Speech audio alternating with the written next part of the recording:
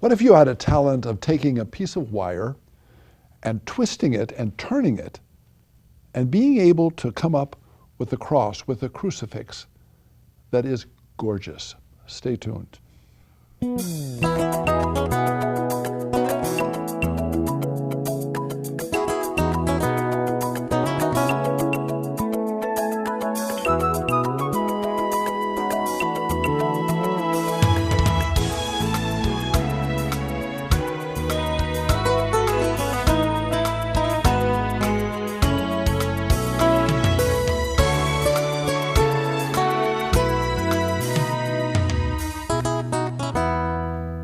Hi, my name is Father Mike Manning. God bless you. Thank you very much for watching the program. I think you're going to be blessed by the program. We have a special guest who has a call from God to be a deacon in the church. But on top of that, he has another talent, and it's a talent of picking up a piece of wire and using that wire through a few twists and turns to bring about a very beautiful image of Christ on the cross. Jim, God bless you. Thank you very much for coming Father and being Mike, with for us. having me here. You've got a great talent in your life. You're a deacon of the Catholic Church. I'd like to talk to you about that. Yes. And then in the second half of the program, we're going to get into this little thing that you do with wire that I find unbelievable to be able to do, because you do it with such nonchalance as you create this beautiful thing. Well, I'm surprised myself. Tell me a little bit about your life so that we can get to know you in terms of, tell us about your relationship with Jesus. Well, back in about 2002, I was asked to become a deacon by a close friend. And of course, I was, so against it. It was not my calling. It wasn't anything that I ever felt. Now you've got a full-time job. What's your job? Yeah, my job is working with the water district in Big Bear on the lake. So Big Bear, this is the mountains of California. So the municipal water district in Big Bear. So you take care of the dam. I'm the dam guy. The dam keeper is what facility maintenance technician. So you've got a full-time job. This is your Right. vocation, as you will. And now, all of a sudden, someone's coming and saying, "Yes, but what about this office in the church? What about becoming a deacon?" And how did you react?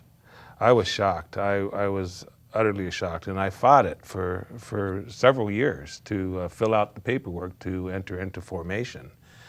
And finally, one day, I had this paper filed in a roll-top desk, and we had a fire in our house. Ooh. And that fire, it was devastating, as everyone would know, to have something like that so catastrophic happen to you.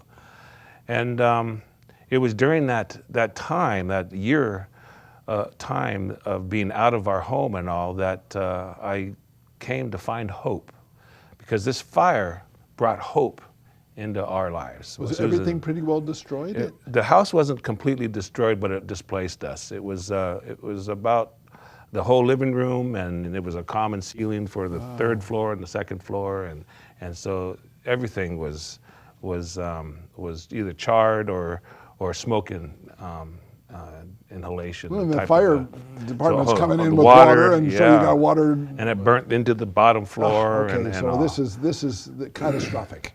Yeah, and so I was struggling with my faith. I still attended, being a Catholic, I still attended church, and I was very much a devoted Catholic, but not understanding all the true ramification of who I should be and what I should be. And so I was asked by someone to become a deacon, and I fought that. And then this happened during that time, and I really found hope. And I think hope is a really a wonderful gift from the Spirit that gives us the ability to really look forward and go, and what is our calling? And that was my calling. I found out that, okay, at the end of this and put it all together, I said, all right, I have hope, and I will do whatever God's calling me to do. And so I filled out that paperwork.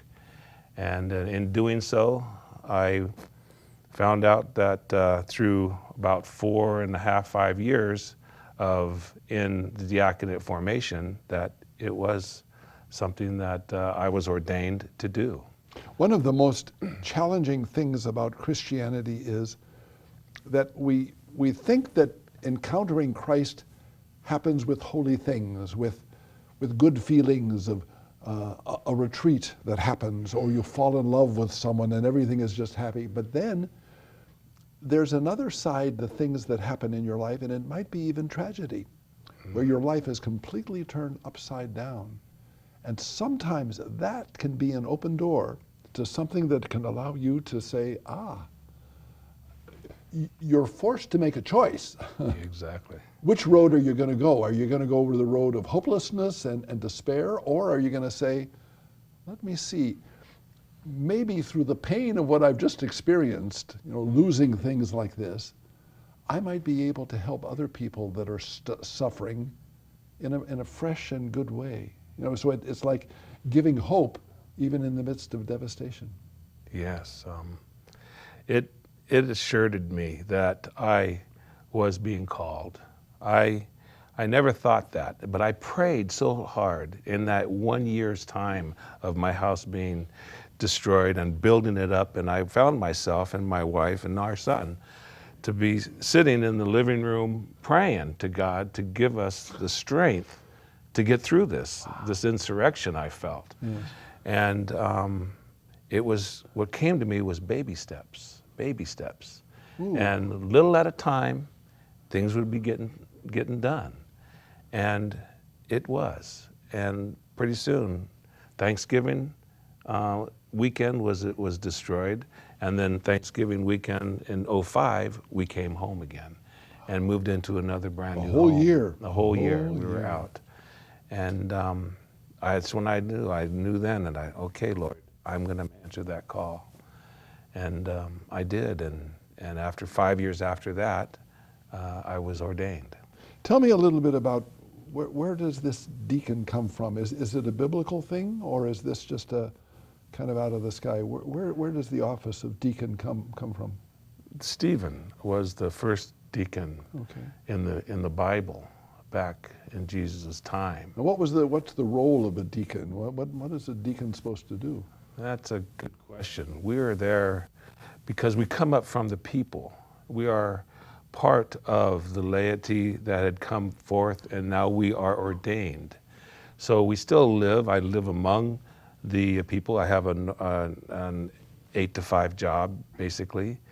And I'm working in the midst of everyone. And so I have the same. I'm married, we have children, and we deal with, I call it work in the trenches with all.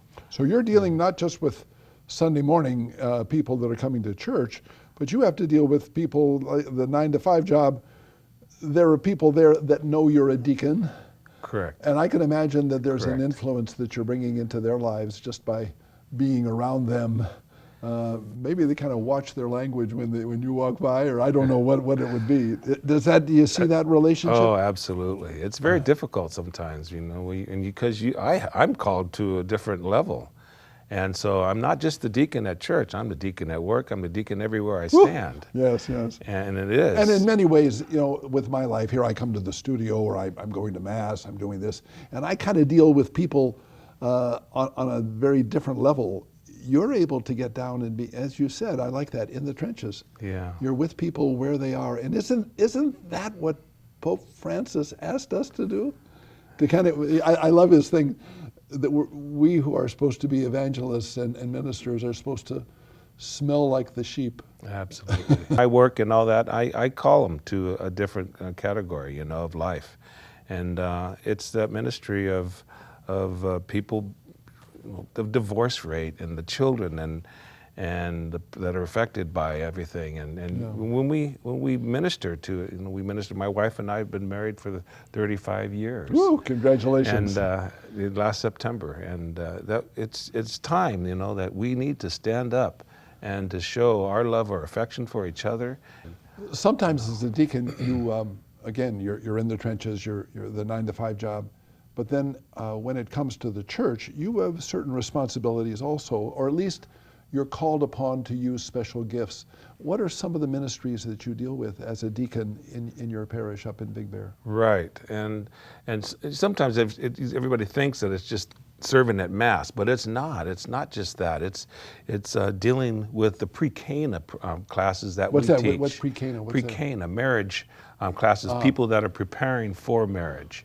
And so we have a class that we teach that takes 5 courses that my wife and I, ministry-wise, do it together, Susan and I. And they come to our house. We have a very somber setting at our home, so it makes them comfortable. And we tell them, what's said here stays here. It doesn't go anywhere else. And it brings them to a better understanding of who they are. Wonderful. They believe that they're there to learn more about the church. And it is about praying and all about how to live life as Catholics. But it's about who they really are and who they're going to become, because they all have to die for each other's self to become married to each other as one. Wow. Listen, we're going to take a break. You've explained that very well about that. But now we're going to get into something that you've picked up, and the Lord has called you to, with wire and pliers, and being able to create a cross that is going. And I told you you're gonna hold on to your socks, will you? Because you're gonna have to hold on to your socks as you watch this man, who is very humble in what is presenting, but you're going to see something very beautiful done, which is I think in many ways, Jim, what kind of shines forth of your love for Christ. You put it into this little piece of metal in a wonderful way. Stay tuned. We're gonna be right back.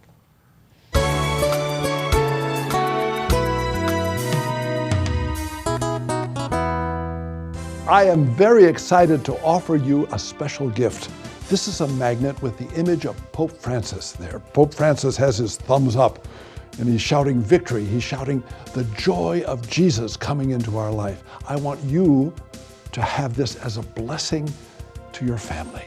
You put it on your refrigerator, you put it on a place where everybody passes frequently, and allow the memory and the life of Francis to come into your family, to remember the power of what this man is bringing to the church and to the world. We know that he's been very much concerned about this sacred earth on which we live, that we are responsible to making sure that this is taken care of. And now we're celebrating a year that is designated a year of mercy as we cry out to God for mercy.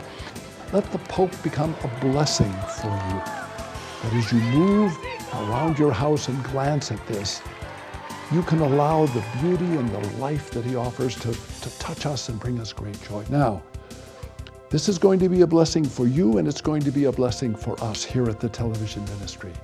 We're going to ask you if you would send $5 or more, if you can, that would be helpful, in order to allow us to be able to continue this work of sharing the good news right in line with whatever Pope Francis is saying. This is what we're trying to do. The number on which you could order is right there on the screen. Please order it today. We only have limited amounts of these, and I'm being very honest with you. This is going to be such a great thing for you. And there are people right now waiting on the phone to respond to your urgent call. Please remember that you can change the world by picking up the power of what Francis is doing and letting it enter into your family, into your home.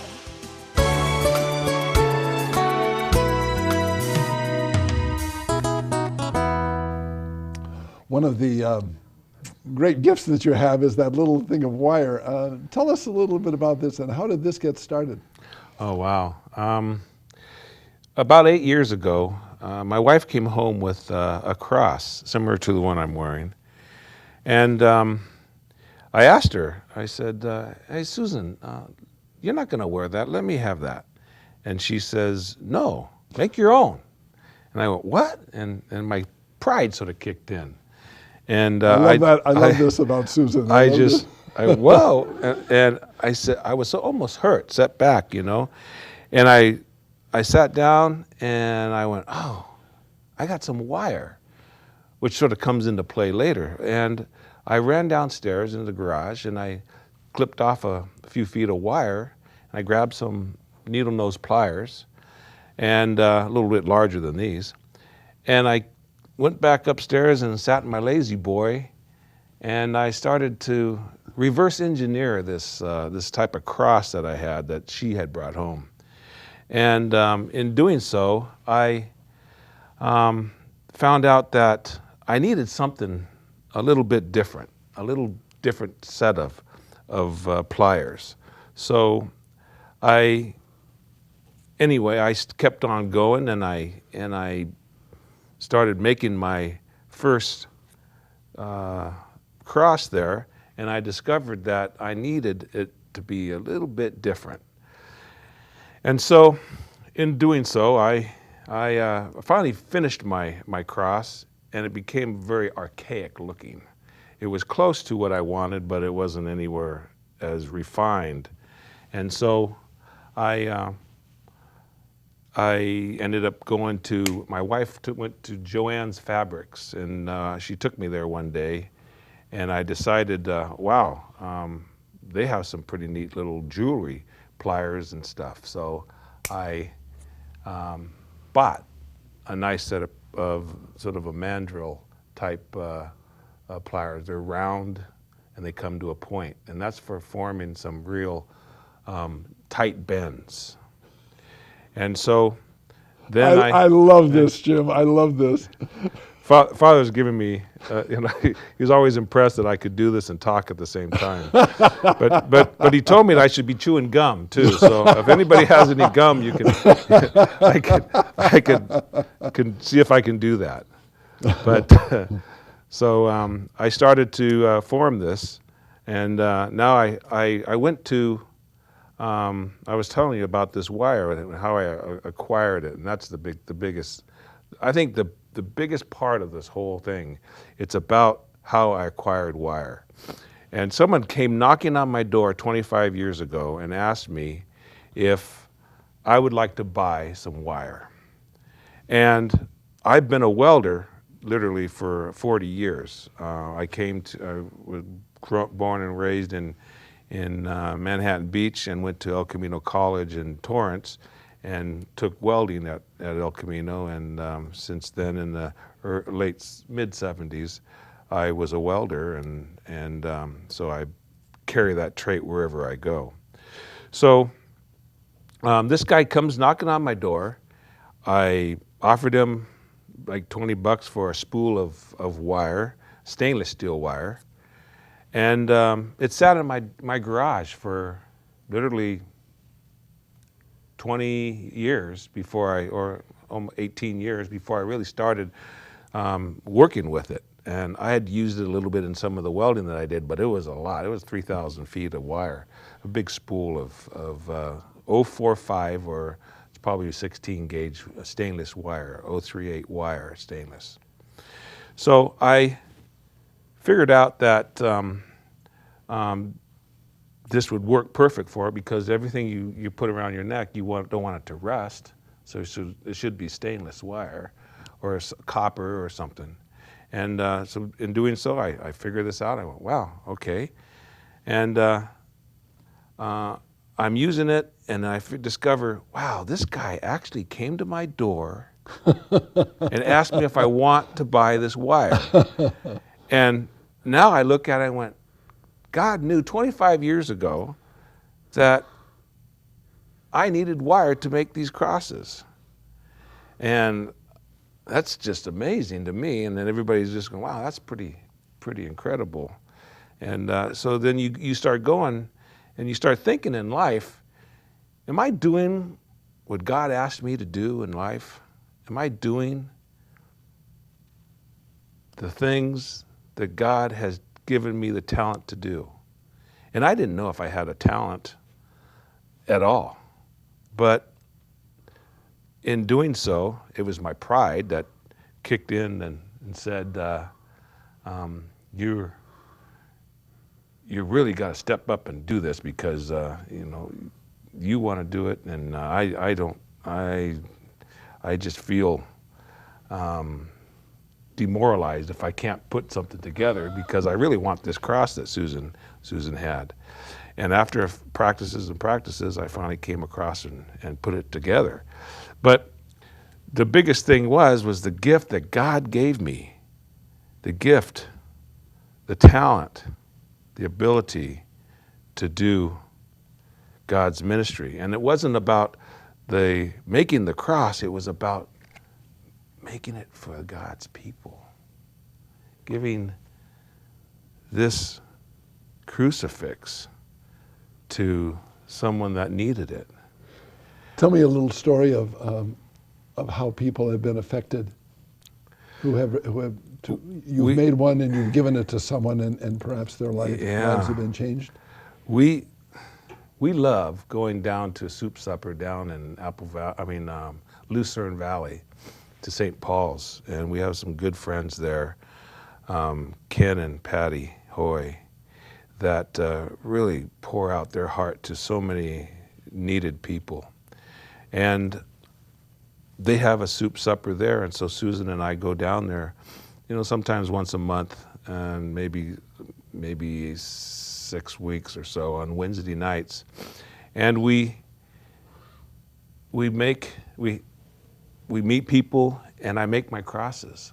But the biggest thing about it is I take the piece of wire like this, and I hand it to a child or someone, and I ask them to pray over it, And they put their special blessing on it. But I tell them, I said, we all have woes, we all have problems in our life that we're always trying to deal with. And we need help with it, serious help. And the only one that could take care of that help is God, Jesus Christ. And to have him in our life. And so doing so, they have something, when it's done, formed, that reminds them of those woes, those problems that they have, and that Jesus will always be there with them. Will always be there in those times of trouble. One of the questions oftentimes is, why do you Catholics have Jesus on a cross? Why don't you, Jesus is resurrected, and why are you doing that? I think you've answered it right there. It's kind of what Paul said too. He's come to preach Christ and him crucified. That was the thing. But there's a beauty of remembering that Jesus has touched our sufferings in a very beautiful way. And he's even been willing to die. We don't deny the resurrection by any means, but we do realize the beautiful price he paid to clean us from our sins. All that we are and all that we have is all his. And we don't realize it sometimes. And sometimes in my fire, I lost everything, and I came to that reality that it's all his. My life is all his. Everything I had was his. And I just didn't realize that. And even though I had my faith, that time of being out of the house and placed elsewhere was just a devastating time for my wife and I. Yeah. So this is sort of a picture of what it looks like. And that's beautiful. This is the thick 045 wire. But anyway.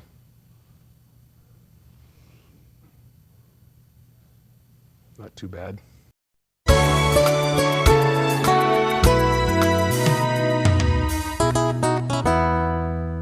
I am very excited to offer you a special gift. This is a magnet with the image of Pope Francis there. Pope Francis has his thumbs up and he's shouting victory. He's shouting the joy of Jesus coming into our life. I want you to have this as a blessing to your family. You'll put it on your refrigerator, you'll put it on a place where everybody passes frequently, and allow the memory and the life of Francis to come into your family, to remember the power of what this man is bringing to the church and to the world. Now, we're going to ask you if you would send $5 or more, if you can. It would be helpful. The number on which you could order is right there on the screen. Please order it today. Remember that you can change the world by picking up the power of what Francis is doing and letting it enter into your family, into your home.